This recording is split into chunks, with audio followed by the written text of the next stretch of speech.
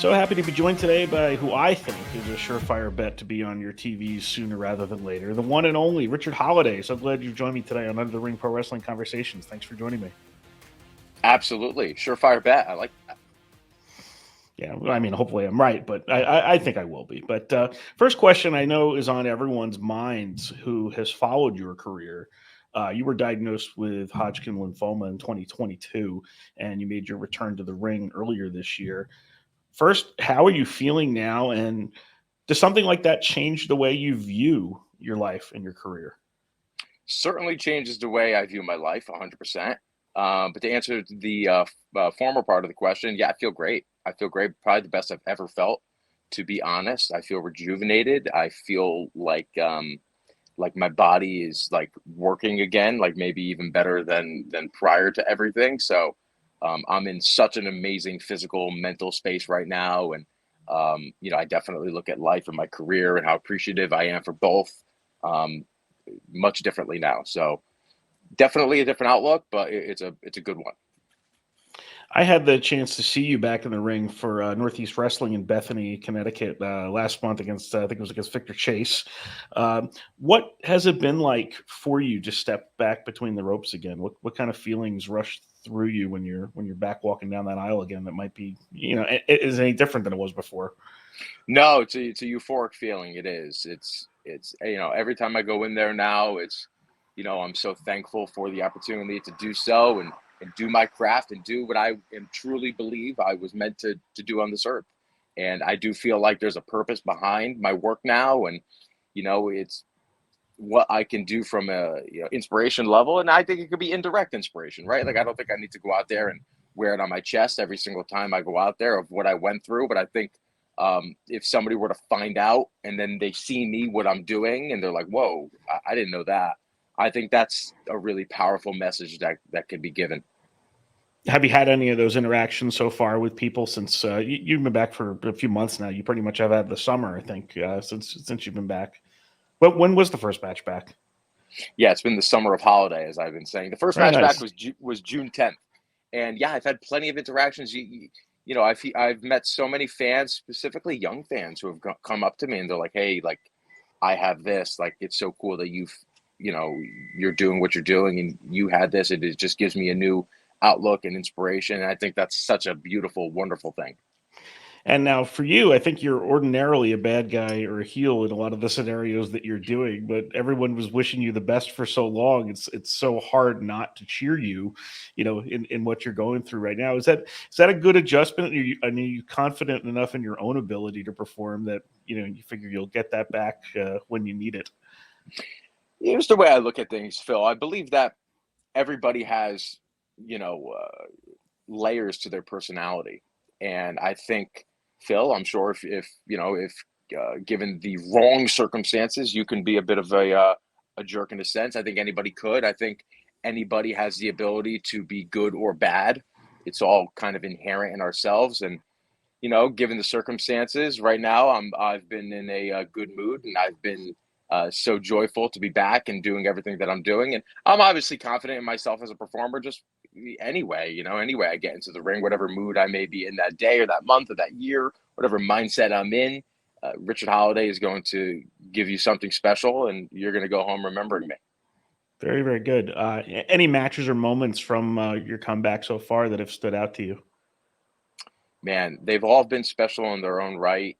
I would say a couple of highlights that I've had was the debut I had for GCW. I thought was a ton of fun and was something I think a lot of people didn't really anticipate.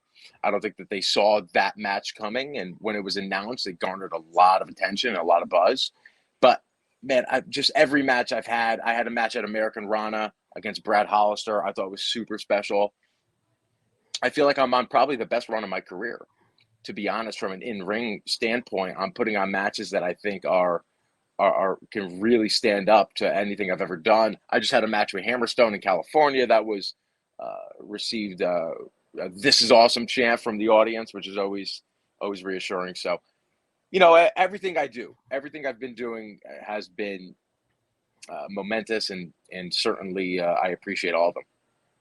And just thinking about it now too, I like that I can also be a jerk if I want to in certain I'm scenarios sure in you my could. life. Anybody could be a jerk given the wrong circumstance, right? Yeah, it's everybody's individual perspective of how they view you. So I'm sorry for anybody out there if I've been a jerk to you, but I don't really care. But are the As you independent? shouldn't. Yeah, exactly. Are the independents sort of like a lab for you to sort of figure out what works and what doesn't? What do you and just what are you looking for when you take an independent booking? Sure, yes and no. I mean, I go to independent bookings that I think are good for me and they're good for my career. And anywhere that I go, I'm pretty selective. So I definitely do my due diligence and make sure that I'm performing for a company that takes it just as serious as I take it. That's probably the most important thing for me. And I'm on a run right now where I'm not signed to a major company or a corporation or anything like that, and I can take bookings as I go and go where I may please, which is a lot of fun. I will say, I've said I like to flex the free agent muscle a bit, and while I haven't popped up anywhere that might garner contractual talks or anything like that, or on screen at least, um, I'm having fun. It's fun. I love the indies. With you back in the mix, it makes sense now that you are one of the hottest unsigned guys out there. Now that you've left MLW, what would go into the decision making of where Richard Holliday lands? Yeah, so I think that process, if and when it comes about, is going to be one where it's, where do I ultimately want to go? Where do I ultimately feel like I am going to flourish and be the best version of myself and have a long career there? Um, there's a lot of great options. The industry is very sublime right now. There's so many great places to go and work and make a name for yourself and continue to etch yourselves in history and whatever, however you want to spin it, right? There's a lot out there. So I got my eye on a few places, and I'd like to think that they have their eye on me. I mean, it's I've said this before. Like, listen, I'm not in the boardrooms. I wake up every day as me. I go where I go. I put on the performances that I put on, and then ultimately, if they want to underline my name in that said boardroom and have a discussion, then I'm open for it. I saw the interview you recently did with Sean Ross Sapp. You guys were talking about how much the landscape had really changed in the industry, also. But to me, even despite the changing landscape, the talent is still going to end up rising to the top of wherever anybody goes. I mean, you kind of see it that way too. Is that it? Also, I guess, kind of depends on who's making the decisions. Listen, Macho Man said it best: the cream rises. It Very always nice. rises. That's how it is in any industry, in any sport, in any job. The best person is always going to rise to the occasion, and that's why you're going to see certain people in numerous places. I do feel like the independence is almost very territorial now, where it's like, a lot of guys are just Northeast based, or just Midwest based, or just West Coast based, or just wherever based. And then there's people who are fortunate enough where you've made a name for yourself, where different of the quote unquote territories will bring you in. And I feel like I'm one of those people. And, I've delivered on, any expectation that people may have, which is great. So that's kind of the part of the fun, right? Is showing up in these different territories and showing up in these different promotions. And I like debuting in places and new fun places. Like, I'm debuting for Dreamwave Wrestling in October in Chicago. It looks like an amazing spot. So we're gonna have some fun that night. Very good. Take me back to the beginning, the very beginning of your wrestling career, if you can, and explain to me, what it was like training under, I believe, it was Paul Roma and Mario Mancini at Paradise Alley Professional Wrestling. Yeah, And they just seem like two old pros who know their stuff. What are those guys like, and what was it like learning from them? two old pros for sure. No, great guys. And listen, I was actually the first student at PAPW. So I actually received a lot of one-on-one training. There was no other students. It was just me, Paul, and Mario. So, learning to bump, learning to hit the ropes, learning all that stuff, like, it came very easy to me. And it's like, how do you progress from here? We don't have tons of students to, run drills and things like that. So the psychology of wrestling was really drilled into me via Paul and Mario, and I had a lot of one-on-one training. And then ultimately, the brand grew and PAPW started gaining more students, and then we started to get into all those things. But I feel like I really got like wrestling 101, like wrestling, 201, 301, like before a lot of other people did. So I think that that really parlayed into, the way that I wrestle now in my career and how I approach things.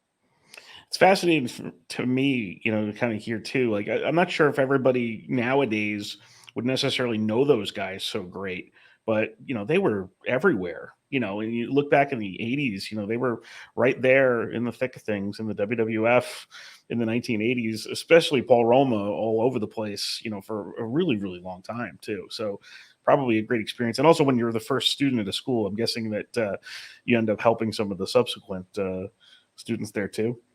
Yeah, absolutely. Actually, there was a time where I was the trainer, where Paul had some medical stuff that he had to take care of, and I ran class for like a year and a half. And it was a great experience. And there's a lot of students now who are on the independents who are doing great, and I get to see how well they're doing. And I don't take credit or anything for their career, but it's nice to know that I played a little bit of a part in it. Is there anything that those guys individually, something that they specialized in that really kind of resonated with you? No, I think that there was just so many different types of students, and when they're younger, younger guys than me, they have so many different outlooks on wrestling and like different styles that they like a little bit more. And there's a specific style that I wrestle and it shows in my work. But for them, they're like, oh, well, I like this and I like this, and I'm like, okay, well, how can we all kind of bring this together and see what we can come up with? So it was a fun experience for me. I certainly learned a lot. How big of a fan of wrestling were you before you became one? Huge, huge. I always say that we're the biggest fans because we decided to do it. A period where I didn't really watch it. It was probably around the time where I was playing college football, but it's always been the biggest part of my life for sure since I can remember, since I was probably 5 years old. Very good. Are there other people who you consider your mentors in pro wrestling? I mean, Paul and Mario are my wrestling dads, maybe dad and uncle. But for the most part, I mean, there's certainly people who have been very influential on my career, and just people who I've worked with over the time. But I mean, Paul and Mario are really my people that I've always leaned on for the most part. How did you find the sort of the Richard Holliday persona, and what is your creative process like for pro wrestling? I mean, I just think it's me. I think it's pretty authentic. Everything that you see, obviously there's things that may be turned up a bit, but you're just turning them up. I'm not really, manufacturing anything all too much. There's really not anything artificial about Richard Holliday. That's who I am. I mean, I have a degree in marketing. It's, I am college educated. I am articulate. That's just kind of the way that I go about things. And I feel like I deliver an authentic performance of who I am each and every time you see me. And I was going to ask you too, going back a little bit to the the kind of the early influences in wrestling. Is there like a first match or a first angle that you remember connecting with best when you were watching wrestling when you were younger? I mean, not really. I mean, because to be honest, my favorite wrestlers when I was a kid were Kane and The Undertaker. So I can't really say that there was a time where I was like, that's what I want to do when I'm older. I think it was just the whole thing, like the whole spectacle to me was just like, this is amazing. So I honestly, I wish I could give you like the pinpoint answer of Right. like, this is when I knew I was going to be a wrestler. I think I was just hooked from day one. I don't really remember what it was. But Kane and Undertaker was its whole story anyway. So The best, the yeah, best. and so layered and for such a long period of time. Did you actually debut at Northeast Wrestling, or did you debut on some other shows, Paradise Alley, before that? I was trying No, to nail that my down. my first match ever was in South Bend, Indiana, Interesting. against Brian Costello, who was a friend of Roma's from the '80s. I remember him. And yeah, and that was my first match. We drove like 14 hours to Indiana. We stopped at Waffle House. We stayed at the hotel. We had the whole wrestling experience, and it broke me into the business. And I remember going out to dinner that night, and Tito Santana said to me, "All right, you're one of us now." And that was actually a really cool moment for me. And I remember that distinctly. So that was actually my first match. And then we came back, and my Connecticut debut was for Paradise Alley. Interesting. I can only imagine. I didn't even know Brian Costello still would have been wrestling when you would have been starting. So what was that? What was that experience like? I know it's your first match, so that everybody's first match is probably an interesting story. But what was it like getting in there with him? Oh, it was awesome. I mean, I just remember showing up and going in the locker room. It was actually at a minor league baseball stadium, so like the locker room was beautiful, big locker room, and I just remember a lot of old timers in there, a lot of legends.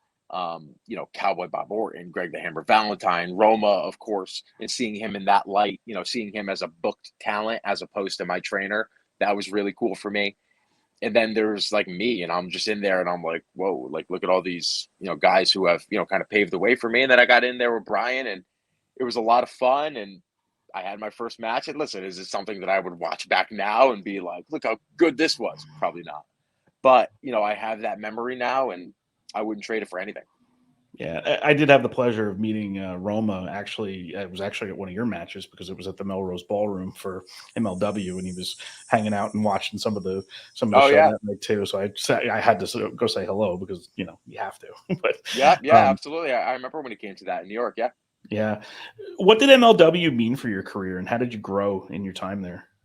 Meant a lot. Meant a lot. I have no problem saying that's the promotion that put me in the national spotlight. And I felt like there was a run in 2018 when I won the ECW Super 8, which is a very prestigious tournament in wrestling. So many major names have either competed or won that, so to have my name on that list was cool. And then that kind of went into the MLW signing, and then I spent 4.5 years there. And I traveled, all over the place, and got to see the world with MLW and get some national TV experience and get media experience. And that really opened it up. And then the independents saw me doing my thing on MLW, and it parlayed into more bookings there. So it really was just a really wonderful experience. And I'm very thankful for my time at MLW. Where do you see them kind of in the greater landscape of wrestling now, and how and in the ways that they present it? Yeah, I mean, I'd be lying if I said I kept up with it like full throttle. I mean, I see some things on social media. I still maintain a good relationship with Court, although I don't we don't really find ourselves talking wrestling all too much. We more talk about the Yankees, which is great. But I see what they're doing. It looks like they're kind of doing more of like a youth movement, getting a lot of younger talent in there, which is great. That's what they should do, and kind of build up from there. And they still have some really experienced guys who can draw and who can steer the ship. So I mean, I'm sure they're in a great spot, and I wish them nothing but the best.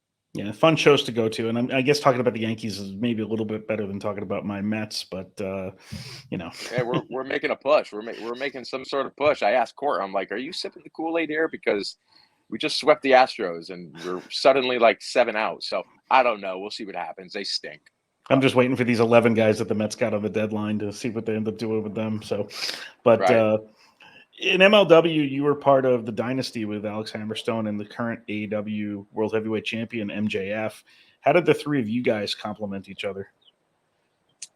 In a way that's kind of tough to describe. Like you would never think that us three would get in there and mesh the way that we did. You would think that it would be some semblance of oil and water, but it was just three dudes who just like knew what this was and how fun it could be, and we made the absolute most of it, and probably made some of the most memories in MLW history. And I think we're still to this day probably one of the most talked about entities that has ever been part of that show. What do you think of the rise of MJF and what he's doing now? It'll be pretty fun to see you guys cross paths again at some point in your careers too. Just what makes MJF tick? What can you tell me about him? He is who he is, and I'm super proud of him. And he's on top of the world right now, and he's doing great. And he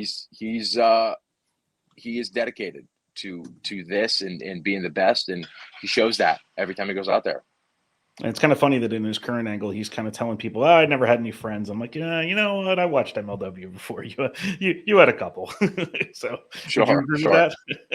Yeah, oh yeah, for sure. Maybe not. Would I be the best man at his wedding? I don't know, but probably not. But yeah, I mean, he's. We certainly have a history, and people still love to talk about it. That's great. How much did you enjoy doing the vignettes and segments outside of the ring that you got the chance to do in MLW? Probably more than the inside the ring stuff. I mean, to me, that's kind of. I don't want to say that's where I excel, because I feel like I excel in every facet of this business, but that's something that I certainly enjoy. And I think a lot of people in wrestling don't enjoy that much. And I think they're wrong for that. So I love the vignettes.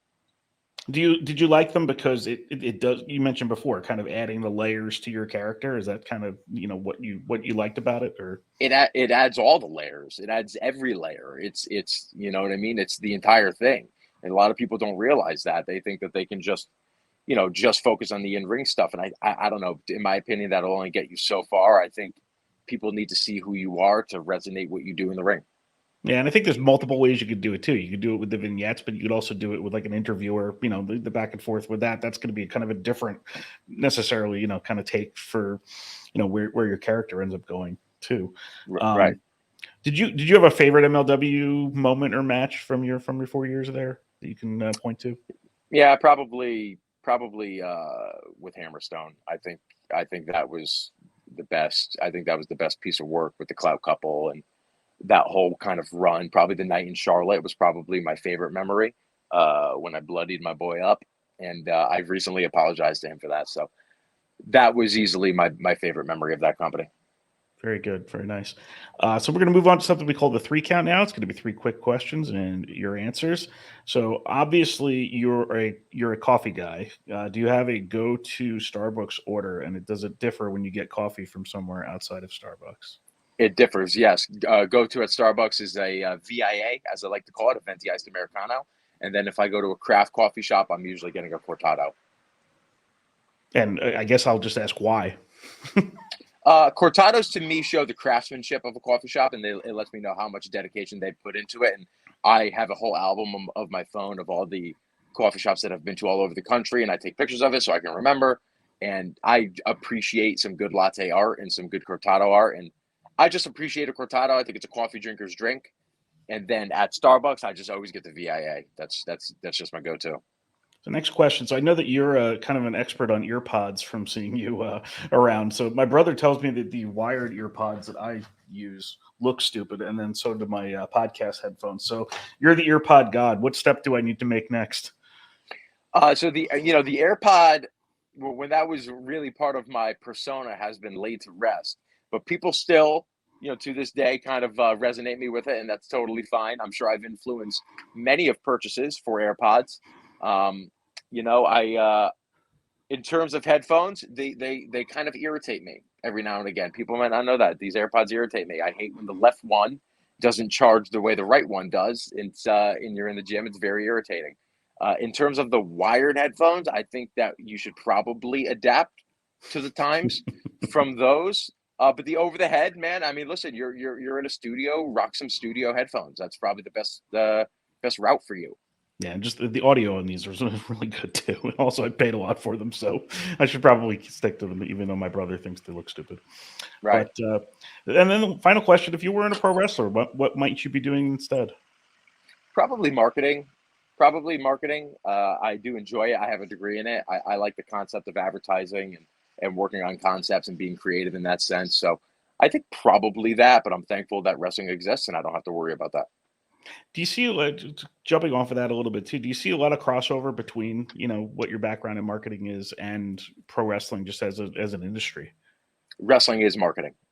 Yeah. It is. Wrestling is marketing. They're so equal. They are mutually exclusive. Yeah, so you know how to do one, and you've already got kind of a starter kit for the next. So right. Well, Richard Holliday, thank you so much for joining me today on Under the Ring Pro Wrestling Conversations. I wish you all the best of luck with everything. Obviously, your health and your career moving forward. I've really been enjoying it, especially the stuff I got to see from you in MLW. I'm so glad you joined me today. Thank you, Phil. I appreciate the words. Thank you. Thank you.